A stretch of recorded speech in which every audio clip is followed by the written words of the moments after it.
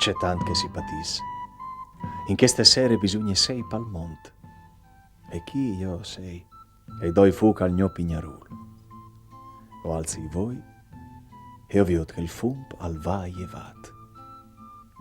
Ho sint brusor dentro di me. Il cur si sglonfe.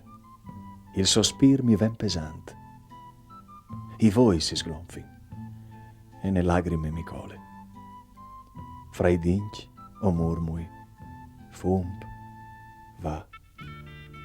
E portimi un saluto, e me Tarcento, e int, e disi che non si smentei che pal monto sin, e che ho sgnot plui di mai us pensin, e che mai smenteasi o podarin di Tarcento, ed eso int. That's how a Tarcento emigrant experienced Epiphany in a foreign land.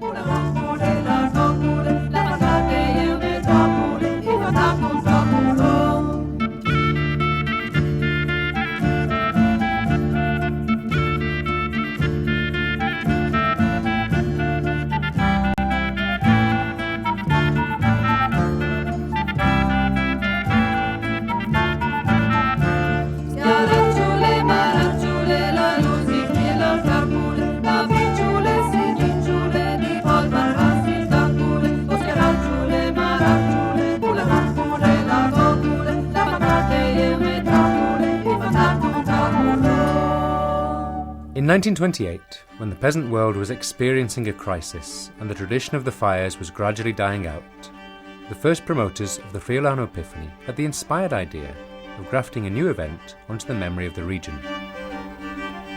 It was at this time that the Great Epiphany of Fire took root in Tarcento.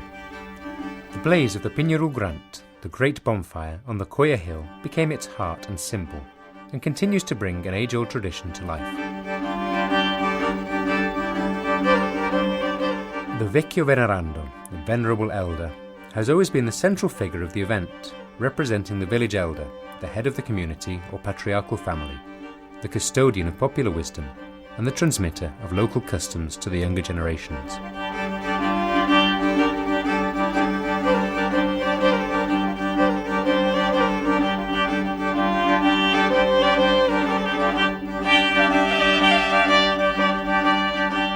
Both Epiphany and Twelfth Night are characterised by fire. The Vecchio Venerando carries it to light the focolare, traditional open hearth, which is the symbol of Friuli locally and worldwide.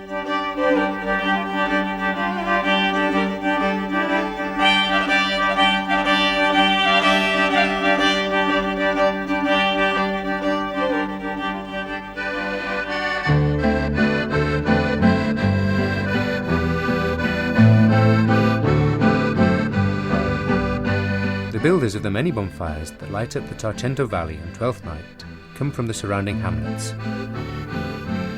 Dressed in their traditional costumes and carrying the tools of the peasant civilization, the various groups of Pignarulârs from Della, Samadenchia, Coia, Ciseris, Borgo Erba, Zomeais, Useunt, Sedilis, Aprato, Bilerio, Tolerumitz, Sottoriviera, Borgo della Stazione, Borgo dai Roncs, Borgo dell'Ancona, Segnacco, Loneriacco, and Colalto form a procession through the town to light their torches.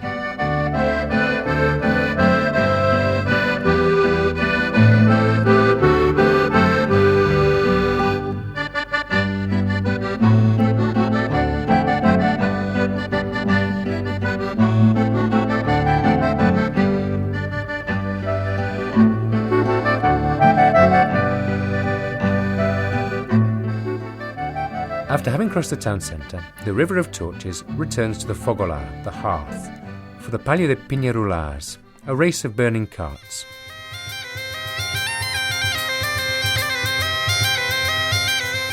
This event was only added to the Epiphany celebrations in 1994 and is intended as a tribute to the many men, women, youths and children who've worked to build the Pignarûi, the bonfires, from the very first edition. It has become very popular, attracting a large crowd to Tarcento, keen to watch the unusual race.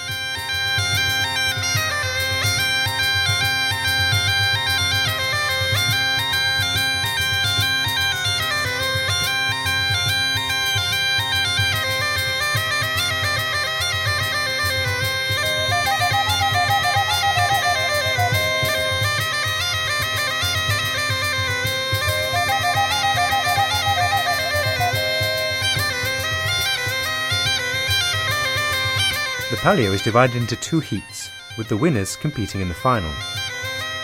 The competing teams are judged not only on the time taken to cover the course, but also on the originality of their costumes and fair play.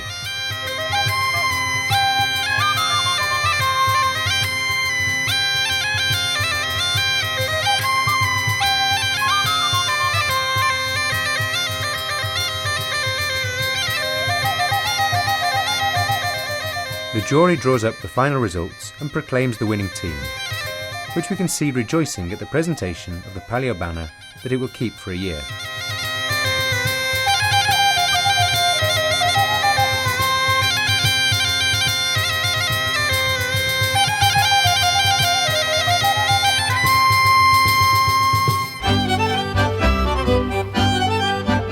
In addition to the great bonfire built in the square of the Castellaccio, the ruins of the Frangipane castle destroyed by an earthquake in 1511, many other bonfires are built on the mountains and in the valley.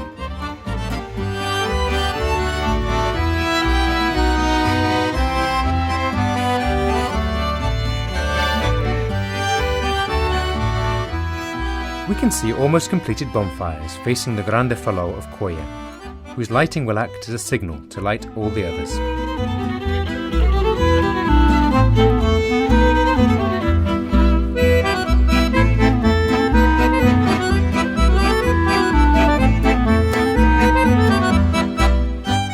The action-packed programme features many attractions, including folk dancing and flag waving.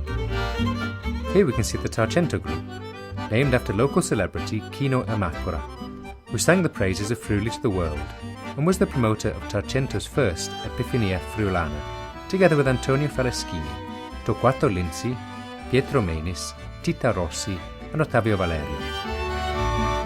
The group performs songs, dances and music that reflect authentic Friulano traditions. The members wear the typical popular costumes, and even their accessories, ornaments and footwear are true to the local tradition.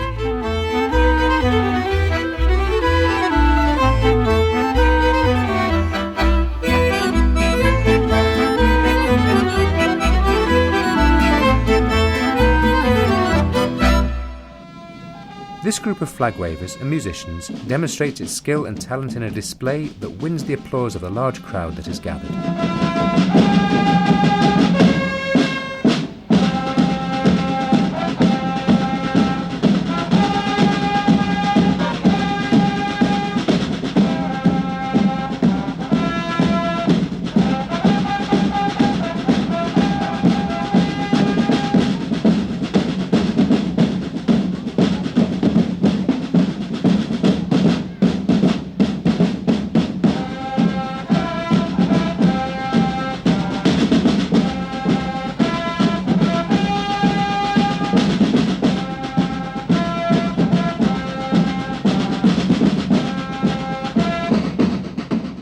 The first edition of the Premio Epifania dates from 1956. It's an award aimed at publicly acknowledging those who have distinguished themselves in all fields, and particularly in the environment and in favour of Friuli. This is Tarcento's simple but genuine way of thanking the region's greatest sons and daughters on behalf of all of Friuli. The high profile of the prize winners has led to the award being considered a kind of Friulian knighthood.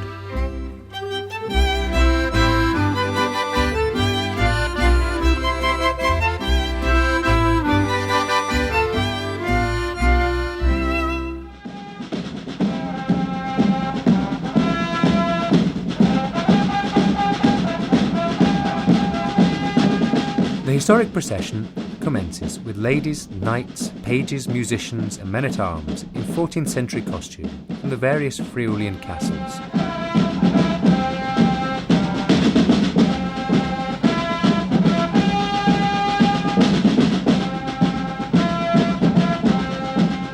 It slowly progresses along the crowd-lined streets to the sound of drums, until reaching the site of the reenactment,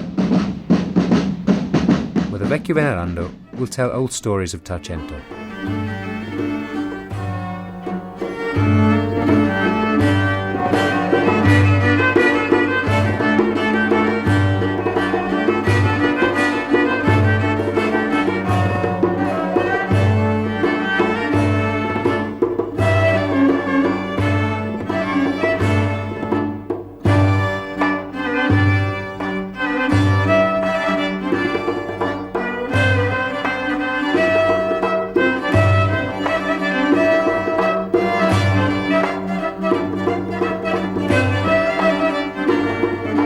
This year, an event that occurred on 29th of March 1281 will be reenacted.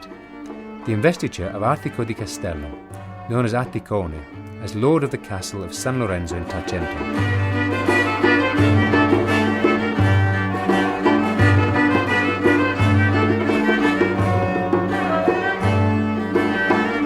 The death in 1278 of the two brothers Federico and Deltimo di Caporiacco, who were the last of their family line, meant that their properties, subject to the Patriarch of Aquileia, had to be given in fee to another family. And the decision was ultimately that of the Patriarch himself, who at the time was Raimondo della Torre. The Patriarchate of Aquileia was the largest diocese in Europe, whose boundaries had been fixed by Charlemagne back in 811. They were marked to the north by the Drava River, to the west by the Cadore region and the course of the Tagliamento River, to the south by the sea, and to the east by Slovenia and much of Istria.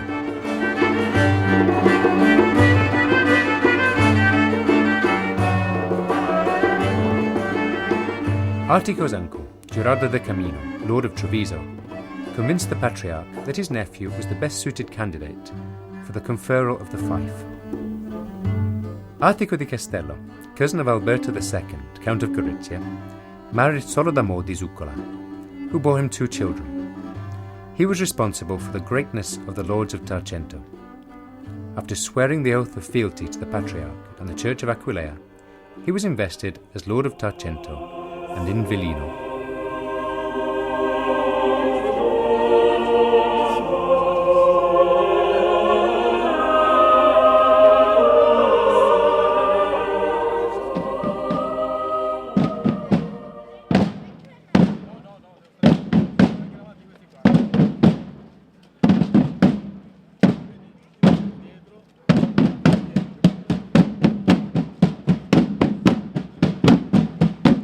Vecchio Venerando heads for the Coia Hill, where he will light the Grande Falò at the foot of the Castellaccio.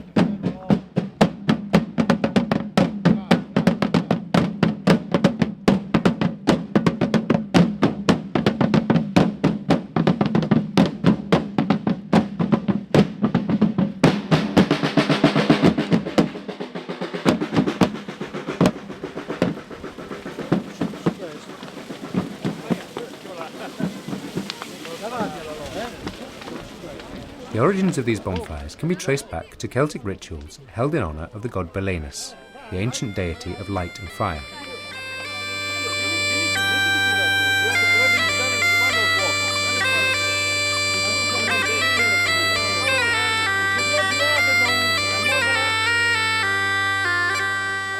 The direction of the smoke rising from this propitiatory fire will enable the Vecchio Venerando to divine the future for the coming year. The ritual phrase is Fum a soreli llevat, chiappa il sac e va a marchiat. Fum a soreli a mont, chiappa il sac e va pal mont. The smoke of the towering bonfire will bring hardship if the wind directs it westward, and plenty if the wind directs it towards the east.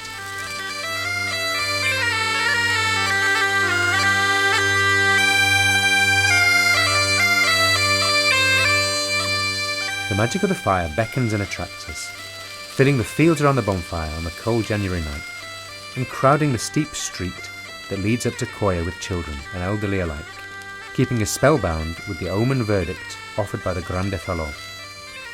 This is the true meaning of Tarcento's Epiphany traditions, which it strives to keep alive, held together by a fine thread of memory.